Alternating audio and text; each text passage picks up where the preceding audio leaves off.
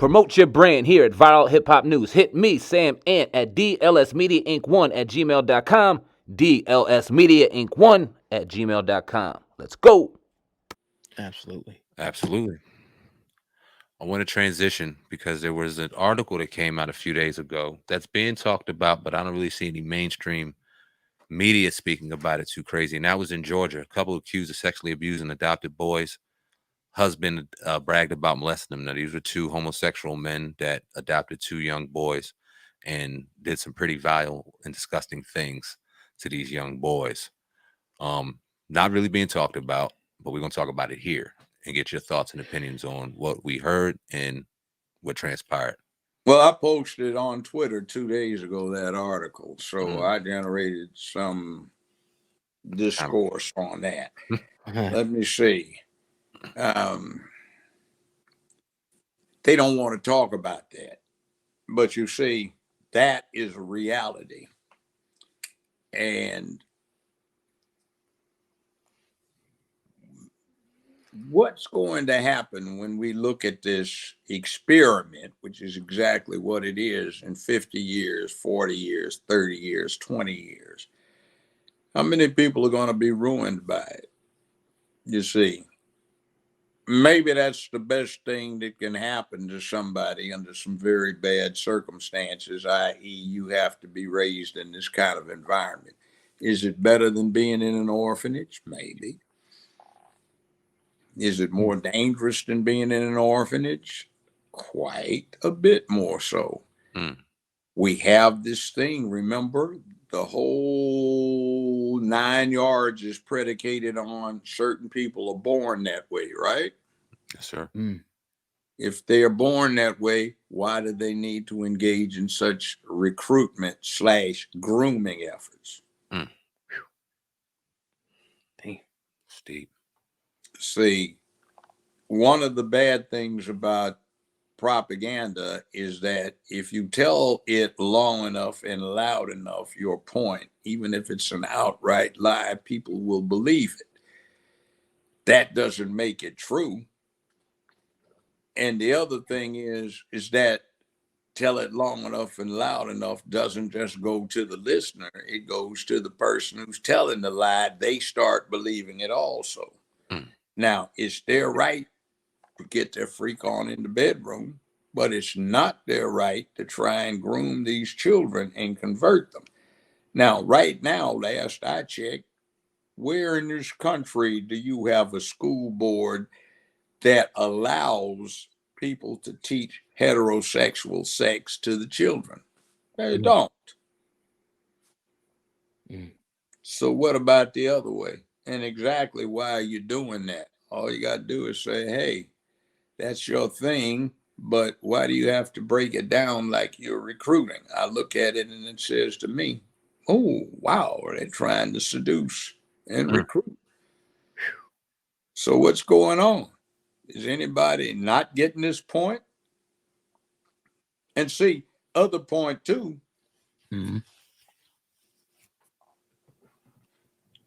LGBTQ is not synonymous with gay. There are gay folk I've encountered who think LGBTQ is a cult. So you can be Islamic. That doesn't mean you support Al Qaeda or ISIS. Very true. You can be Christian. That doesn't mean you revere Reverend Jim Jones and serving Kool-Aid at large church picnics, if you know what that means. So what's going on here? You can't teach Islam, Christianity, Buddhism, Hinduism. You can't teach Confucianism. You can't teach Judaism in school. Why can you teach LGBT, which is a cult? It's a philosophy. See, Hinduism, they've got multiple gods. Christianity, Judaism, and Islam, they've got monotheistic foundations to what they have. You have Confucianism and Buddhism. They don't even have a God involved. It's just a system of philosophy. The same way with LGBTQ. So you can't put a Jewish star flying under the American flag on an American government building or consulate or embassy. You can't put the moon or the crescent in the star under there. You can't put the cross under there. Why can you put the rainbow? See what's going on. Mm-hmm. You Right. talk about Emmett Till anti-lynch bill. Is that what we're talking about? We haven't had a problem with lynching in a long time. What we did have was an excuse to put certain language in the American legal lexicon, sexual orientation. Mm-hmm. Now, the Emmett Till anti-lynch bill is the same one that Cory Booker and Kamala Harris, Imhoff, tried to make the anti-lynch bill after Jesse Smollett, Juicy Jesse, pulled that fake off in Chicago. Right. That Conyers introduced in 1997 that couldn't get out of committee or off the table. And what does it do? Well, what do you call a lynching? That's where a mob goes out and lynches somebody and they hang him or kill him or burn him at the stake or something. They murder somebody. Mhm. Well, guess what? The way the law is written now, you don't need a mob. It can be one person. Guess what? You don't have to have anybody killed. It can be somebody who's kidnapped or beaten. And let's supposing that an individual is broken up with his girlfriend, wife, or whatever, and he's out drinking at a club, and there's Miss Hot Thing, and she's got on a low-cut dress, big at the top, hoop earrings, all coiffed out and made up. And they get to dancing and they're drinking and they get to exchanging spit on the floor and or at the table. And then the guy notices that this thing has a heart on. He busts it in the jaw, breaks its jaw, sprains it, knocks a tooth loose, splits a lip. Guess what? That's now lynching under federal law. No way. Mm-hmm. Whew. Arguably. So what did they do? Did they Man. protect black folk? By the way, Tuskegee Institute, not to be confused with the Tuskegee experiment, but Tuskegee Institute, one of the primary and original historical black colleges and universities, had been conducting an ongoing survey on lynching for 100 some years. In their estimation, the last lynching occurred in 1963. What it involved was down in Mississippi where those two white demonstrators and one black one got lynched.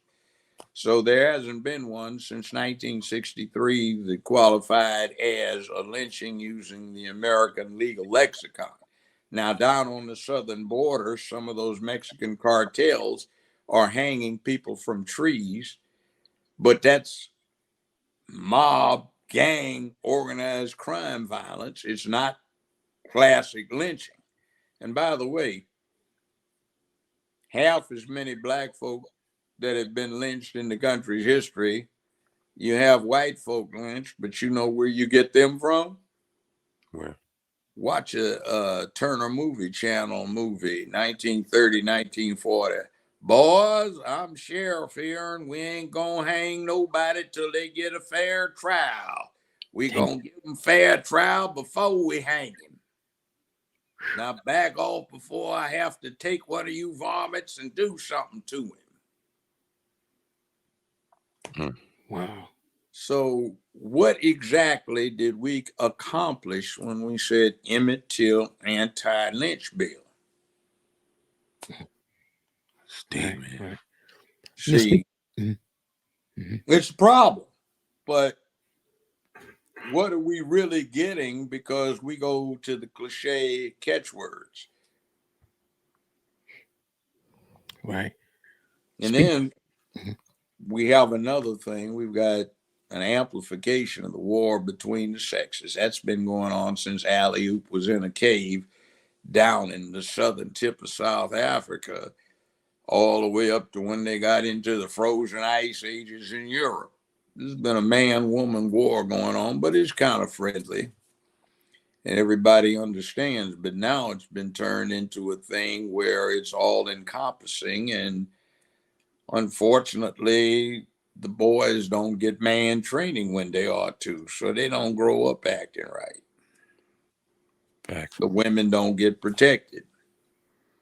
Right. And we don't know what it is to sacrifice and dedicate ourselves to doing what we need to do, though we operate on mythology and lies. For example, I may have touched on this before. What ethnic group, what demographic pays its child support most regularly, on time, and in the amounts ordered? Us brothers. That's right. Wow. Way beyond everybody else, way up above the next group. But Wow.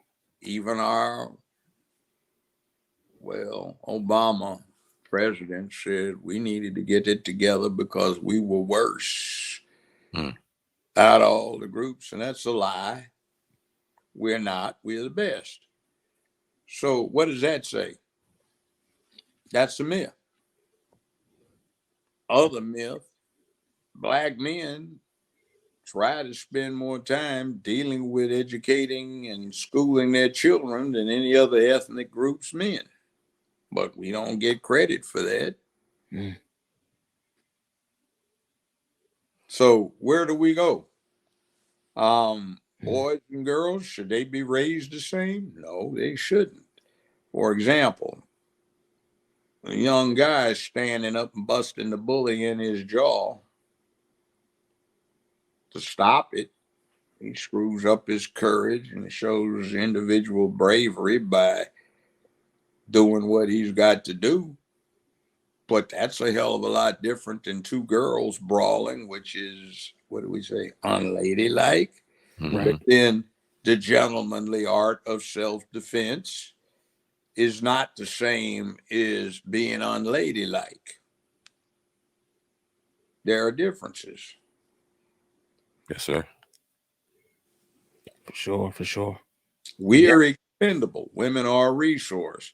If all the guys are killing each other off to protect the culture, the village, the tribe, or the nation, then as long as there's some around and there are girls who are growing up, then you can replenish the population. Might take a while, but you can do it. But if you kill off the girls, that's a problem. Yeah. For sure. So we are expendable, and the women and children are a resource. But you have to teach a boy a lot. So he'll say, ma'am, the Titanic 2 is going down. So you and your child, you take my seat on this lifeboat and I'll drown. That takes a lot to do that. Mhm. But you have to teach the boy from day one. And right now, the culture is not into that, because it used to be, even if there was no daddy around, and there were cases where dad was missing because he died in Korea or World War II. But the community stood in for him. Yeah.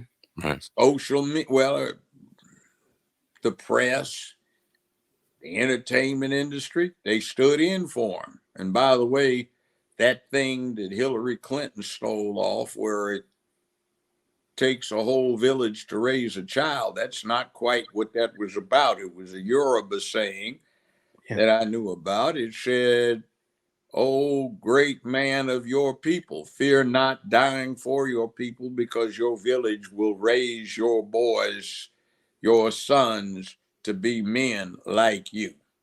Mm. It makes a difference. Yeah.